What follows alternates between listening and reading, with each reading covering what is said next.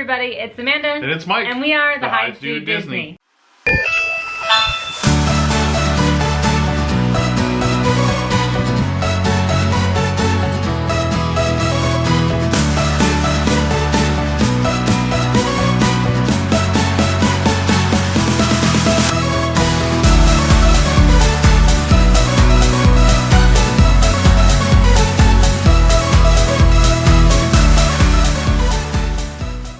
So like I said, I'm Amanda. I'm Mike. And we're the Hides Do Disney. And we just got back from our trip to Disney World in July of 2020. And so we wanted to get you guys as much information as we could about the health and safety of going to the Disney parks right now in the world that we're living in, with the parks just reopening. And so this is just going to be the first of many videos that we're going to do. And so today we're going to talk about transportation. There it is. And so we did a bunch of different transportations while we were at the parks. I think we did all but one. All but one. So we're just going to jump right in and tell you all about the transportation at Disney World right now. So I'm going to let Mike take the reins on... I wasn't going that far. Oh, well, I did. I'm going to let Mike take the reins on talking about our flight and what that was like going through an airport and such during COVID. So take it away while I drink my drink. We flew out of Manchester Airport. We usually fly with Southwest, and that's what we flew with this time. It was not a very busy flight. There was not a lot of people there. It was an early morning flight, but our flights generally when we fly to there are packed. They're packed. Like there's no extra seats, and it's a lot of children and families.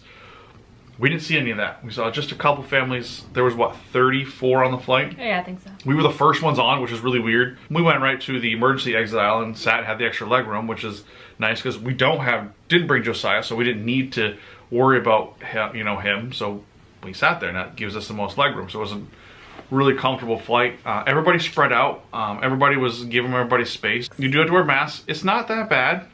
One thing I did like about having the mask on, this is a weird thing about flying on an airplane, is that when you're on an airplane, that the jet fuel smells very strong sometimes, and it's very nauseating sometimes. So it was nice to actually have a mask on because I have to smell it. It's not that bad. Like it really wasn't. Airplane is they have air conditioning. It's cool enough.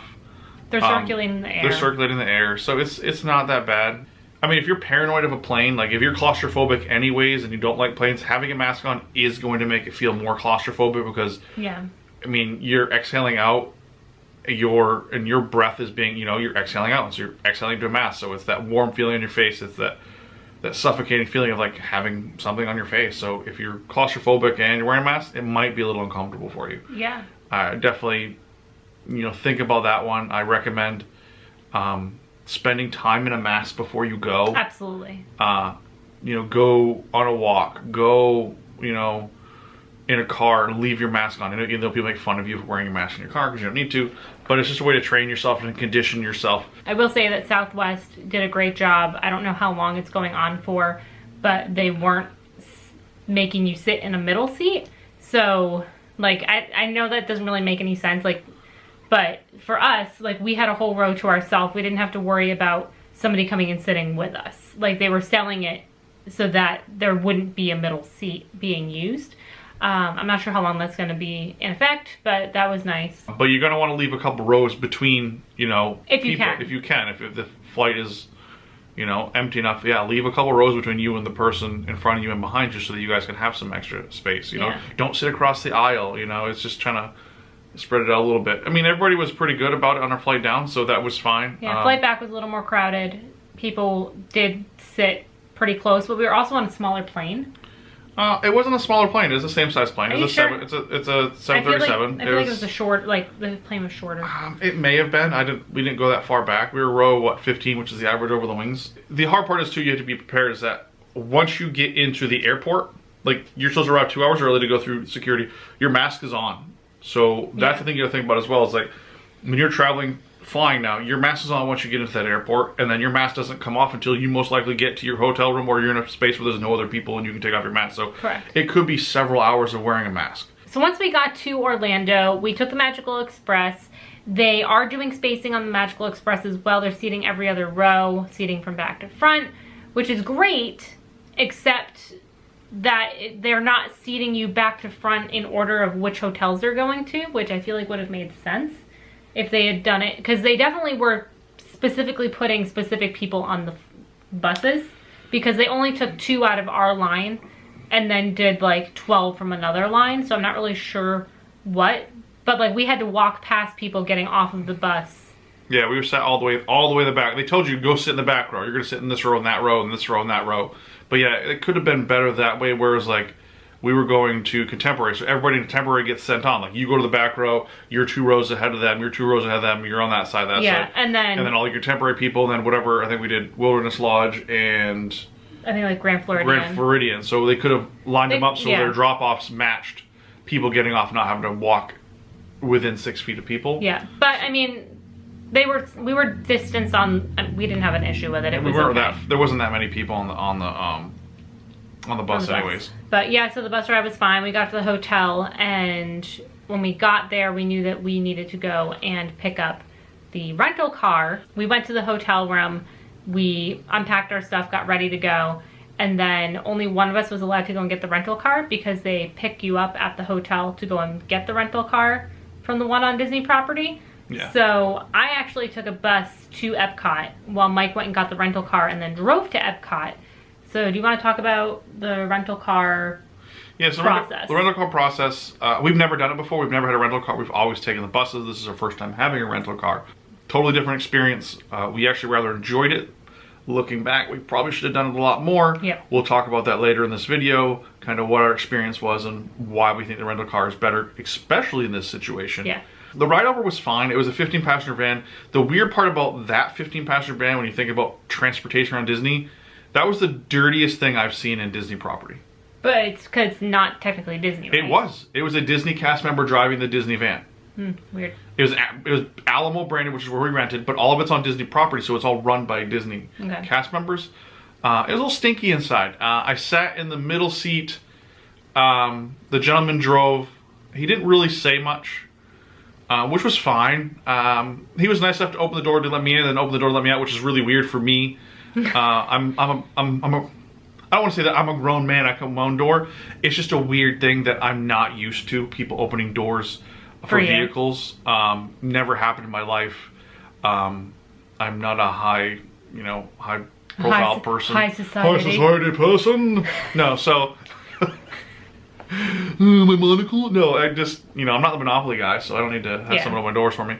But getting there was fine. Got out, go in. It's a small little area you go into. It was very simple. I already ordered it online. She didn't have the car that we had requested, which was a Ford Fusion.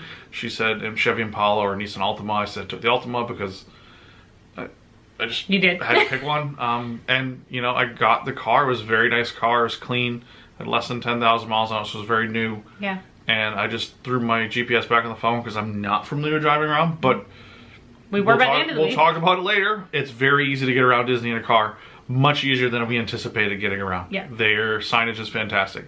Drove back to Epcot. Yeah. And I parked. There's literally nobody there. That was the biggest thing for me about the first time parking the car was there was literally nobody at Epcot. I parked like 4 rows back. Yeah, and now mind you, I mean, yes, this was in the middle. It should have been. I should have been at least 20 rows back. Yeah, but this was literally Epcot. This is the 3rd day that they were open. And you took the bus over. Yeah, so I took the bus. Why don't you talk about the bus and the kind of explain what's going on with the bus. So I took the bus, and it was weird because it was like a normal day because there was only a couple of us on the bus when I went because it was 2 o'clock in the afternoon. Yeah. So it wasn't like it was first thing in the morning or last thing at night where it would have been crowded anyway. But there are like plastic partitioners in between the different groups. So for example, they sat me in group 1, which was the front 2 seats on either side. So it was technically 4 seats, so it would be a party of 4. And then they sat the other party in group 6, which is the back of the bus. It was great. You obviously have to wear your mask all the time, so we had our masks on. We social distanced. It was fine. We also took the monorail because we stayed at the Contemporary, so we took the monorail to Magic Kingdom and back from Magic Kingdom a couple of times. The monorail was fine as well. I felt totally fine. I took it once and I sat by myself because Mike was bringing the rental car back. And then we did it a couple of times. They sat us with somebody else and it was just a family of 4 on the other side of the seats. And we talked with them, which was nice. If you're familiar with the monorails, they basically have 4 benches, I guess is really how you say it. Yeah, so there's 2 sections. There's one with each bench on each side facing each other. And they put a partitioner in between the 2 seats together.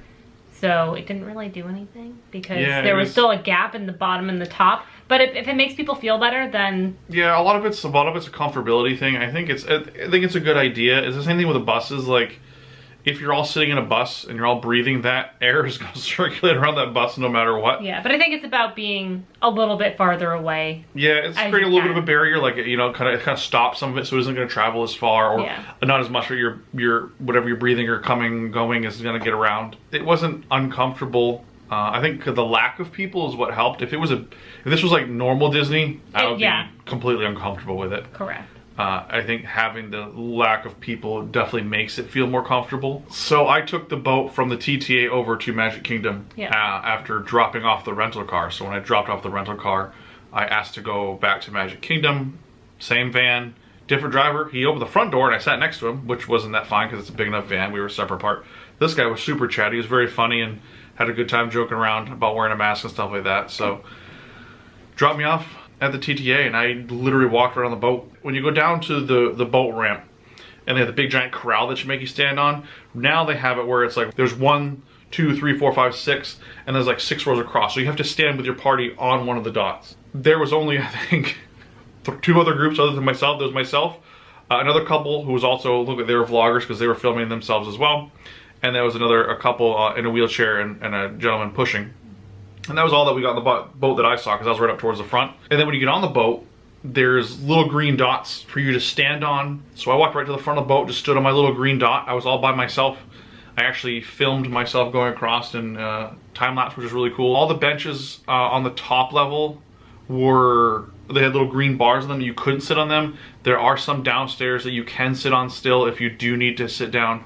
I recommend if you have trouble standing for long periods of time, then definitely sit on one of the ones downstairs. Do not go upstairs because it's all just green dots around the outside and then little corners and stuff like that.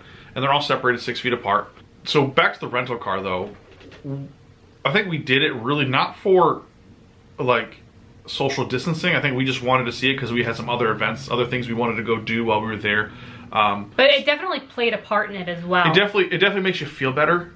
Being able to get into a car and not have to be surrounded with other people. You can take your mask off. So the transportation between the park and your hotel, when you have to leave your mask all the time, it's kind of like you get that break by renting a car. So it's kind of worth the money. You can crank the AC on and it's nice and cool because it was hot.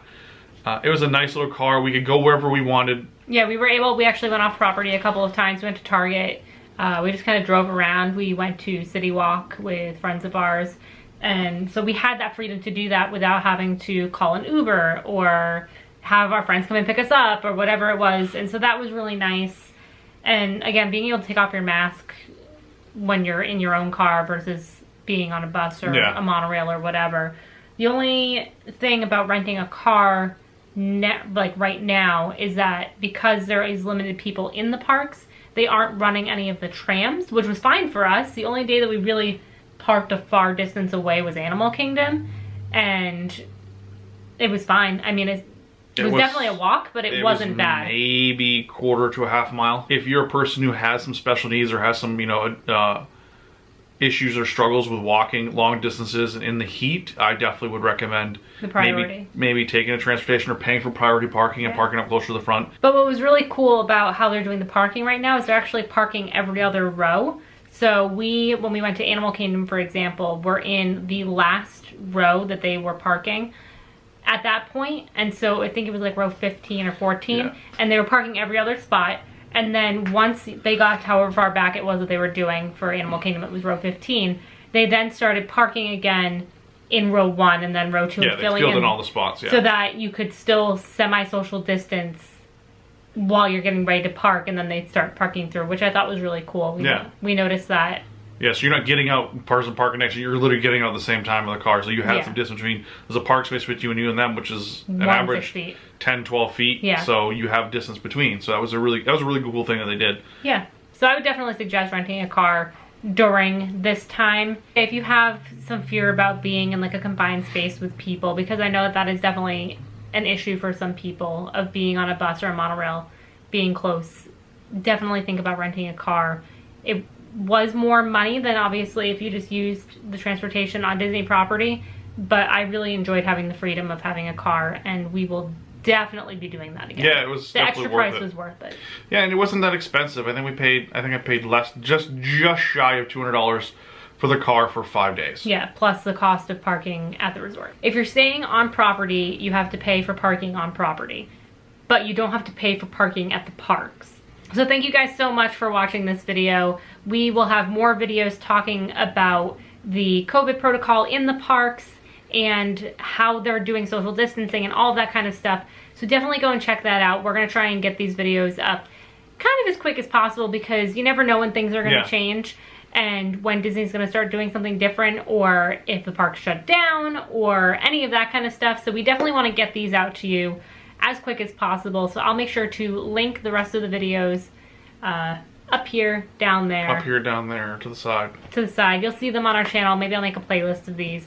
But if you guys have any questions about what the transportation is like on property, or any questions about any of the COVID protocols at Disney or at the airport, or you're wondering how TSA works or any of that kind of stuff, leave a comment down below. We would love to chat with you guys and make you guys feel better about a trip that you have coming up, or, you know, maybe what we're saying is something that you're like, oh, I definitely couldn't do that, and it's a clarifying moment for you to cancel your trips. We want to help you as much as we can make a decision either way. So the only transportation we didn't take that I was thinking of is the gondolas. Yeah. Or some of the other smaller boats. Which I don't think we're running. think we're running. The gondolas are running. I know the way the gondolas are working right now is it's one family or one party per gondola. So you have that security knowing that you're not being on a gondola with some other people that you may not know. I don't know what their sanitation protocol is. I think it's generally is every couple hours. If we find the information,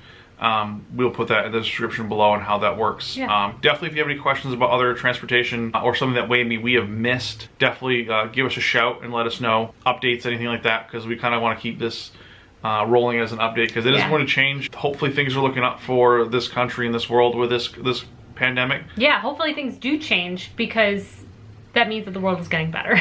Yeah, but transportation was definitely something that I think a lot of people are timid of right now, because that's how you're going to get to the park. I think getting inside the Disney bubble is the biggest thing, and then being inside the Disney bubble, how do you get around? Yeah, I will say though, before we end this video, that my biggest fear before our trip was the flight, because it was a 3-hour long time inside of a confined space with other people. But I felt much better because everybody wore their masks. So I felt very comfortable. But again, like Mike said, once you're in that Disney bubble, we'll talk about that in the next video. But man, they are doing everything right. Yeah, they're doing a very good job. I didn't feel uncomfortable there at all. There's one place that we will talk about in an upcoming video that was kind of a little uncomfortable for us. I think Disney could rein in the control a little bit better.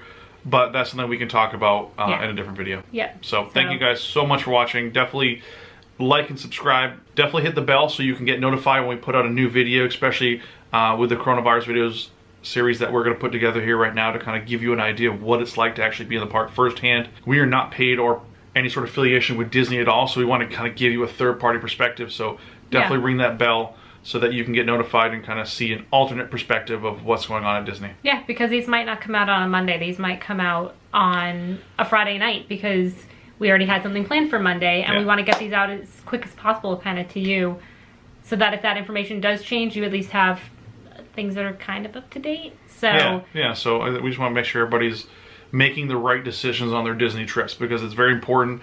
It's a magical time, so we want to make sure you guys get the right information from a non-biased perspective. Thank you guys so much for watching, and we'll see you in the next one. Bye. Peace.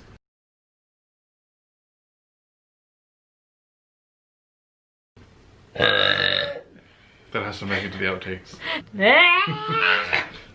Don't lick me. Thank you so much for watching. Bye.